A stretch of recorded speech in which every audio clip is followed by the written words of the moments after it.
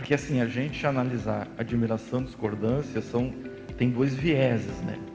Então, por exemplo, assim, às vezes a gente tem uma tendência a ter mais admiração do que discordância. Então, é devido até a uma paixão, uma coisa assim. Então, você vai ter que como desenvolver mais a criticidade, a discordância. E às vezes ao contrário, você tem um antagonismo, mais discordâncias, e aí a pergunta seria, como desenvolver mais a admiração? Claro que são os dois juntos, mas é meio complexo esse desenvolvimento. O que eu queria dizer é mais ligado à questão da admiração, porque até certo ponto, sim, extraindo-se essas questões das paixões e tal, as discordâncias, eu acho que elas fluem mais naturalmente, porque ninguém pensa, é mais óbvio, né, a questão das diferenças. Mas um ponto que eu queria chamar a atenção aqui, aí na linha do que a Mabel falou, é a gente trabalhar, né, na questão da admiração, as nossas inseguranças. Aí entra as recins e tal.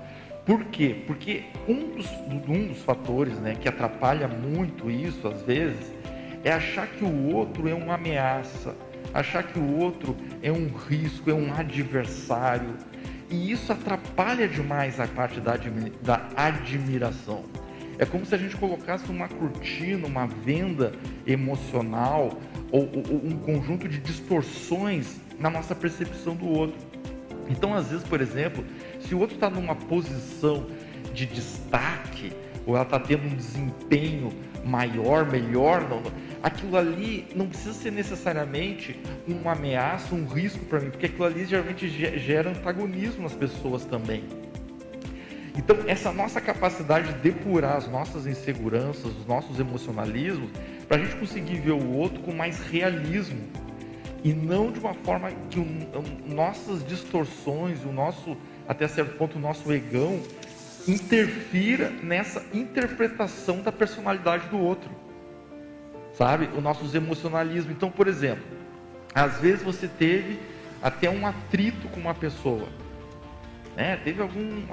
E aquilo fica marcado de uma forma que a partir dali você sempre vai olhar aquela pessoa como aquela que gerou um determinado incômodo, que gerou, sabe? Então, é por isso que eu acho que eu concordo mais nessa linha da Mabel.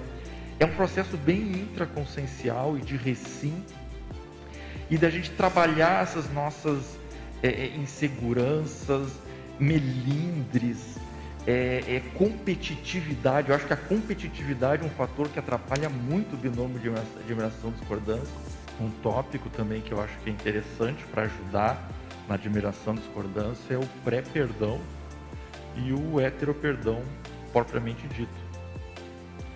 Porque a gente está falando aí de admiração, né?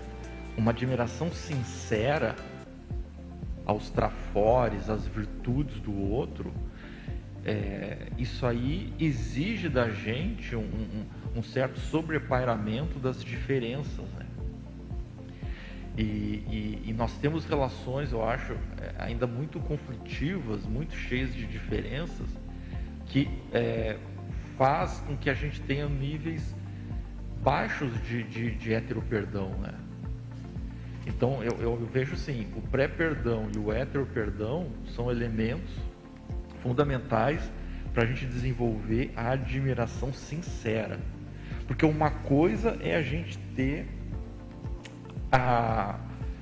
essa coisa do ser colega, eu tenho afinidade com fulano, uma coisa mais circunstancial, momentânea, às vezes até política, sabe?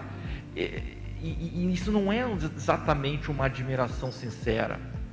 Eu acho legal, uma época teve um projeto da professora Kátia Arakaki, não sei se você vai lembrar, Mabel, que ela desenvolveu lá propôs uma técnica de colocar como sobrenome de cada pessoa um trafor, um mega trafor dela. Você lembra?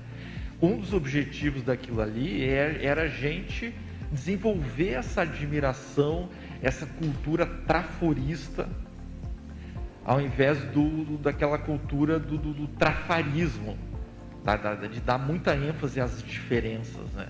Pois é interessante, né, que os preconceitos eles surgem exatamente dessa falta de compreensão de que as pessoas têm o seu livre-arbítrio para seguirem, acreditarem no que elas quiserem. Se a pessoa lá é crente, ao outro é isso, outro é do partido tal, coisa, isso aí é do livre-arbítrio das pessoas. Agora, a partir do momento que a gente tem um apriorismose, um preconceito, fulano é crente, é religioso, então essa pessoa é inferior, essa pessoa sabe? Aí, isso aí, para mim, é um dos maiores obstáculos para a admiração, discordância, seria isso.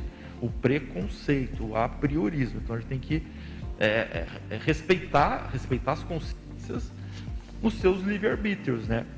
Agora, em relação a gente fala que é admiração, discordância, né? Mas é interessante a gente, assim, especificar o que a gente admira e o que a gente discorda. A gente pode tanto admirar ou discordar comportamentos específicos, né? Atos específicos, traços da pessoa, trafores, realizações ou êxito da pessoa, a consciência de um modo geral, superações da pessoa, exemplos dela. Então é interessante a gente ver isso aí, na admiração e discordância, a gente, de certa forma, a gente tem que ver essa coisa da consciência poliédrica, né? É complexo isso aí. E a outra coisa também que eu gostaria de falar é o seguinte: uma coisa é o binômio admiração e discordância, outra coisa é os comportamentos que você vai estabelecer a partir dali. Então foi falado aqui das redes sociais, de conviviologia.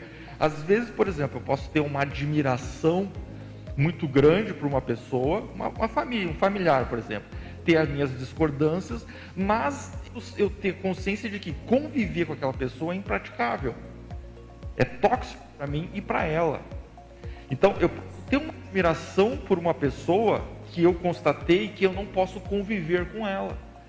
E é outro aspecto também que foi falado de a gente receber a discordância e tal, é assim, muitas vezes devido à nossa reatividade, a gente estabelece confronto entre ideias que são conciliáveis. E às vezes acontece muito que às vezes a pessoa está falando uma coisa, vamos supor, eu dou uma opinião, você entendeu parcialmente, aí você me opõe.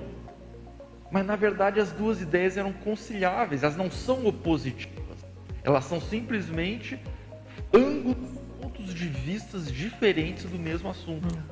Então isso aí é um ponto também, como o Everaldo falou, a comunicação, é necessário mais intercompreensão na comunicação para facilitar, qualificar o binômio. Em relação ao que o Eduardo falou, né? Seria assim, se você sintetizar, né? Como ter admiração e discordância por um sociopata, um mega assediador, um genocida, né? Um pedófilo que perguntaram ali. Isso é bem complexo mesmo, porque quando a gente fala admiração, a gente tende a associar aquela consciência e a tudo que ela faz, a tudo que ela é. Mas conforme eu até fiz uma listagem, a gente pode fragmentar uma personalidade e admirar certos aspectos pontuais daquela personalidade. Então, por exemplo, no consultório, né, a pessoa perguntou aqui da questão da pedofilia. Nossa prática, tanto na área da saúde, o médico, como psicólogo, a gente acaba sendo forçado a desenvolver isso. Porque às vezes a patologia da pessoa está na nossa frente, principalmente na área da psicologia, e a gente tem que criar um elemento de rapport e empatia com ela para poder ajudar ela, senão a gente não consegue. Então, realmente é um desafiante, e eu acho que nesse caso, a admiração, ele tem que ser substituído, ou está mais associado à questão do fraternismo, e não necessariamente da admiração do comportamento da pessoa, entende? Porque senão não vai conseguir ajudar ela, senão não vai conseguir fazer assistência para ela. E em relação à transmigração, até um dia a gente até conversou aqui, debateu a relação da empatia com transmigração. Eu acho assim, minha opinião, somente consciências, no caso mais evoluídas, que têm um nível de empatia muito top, são capazes, né, têm a competência para promover uma transmigração cosmoética de uma consciência. Então não é a falta de empatia, parece que é falta de empatia, falta de admiração, não. É exatamente uma transcendência, como o Everaldo falou, é algo que transcendeu esses nossos conceitos de empatia, admiração e afeto. É uma coisa muito mais cosmovisiológica e levando em consideração o todo. né, os efeitos dos comportamentos daquela personalidade perante o todo.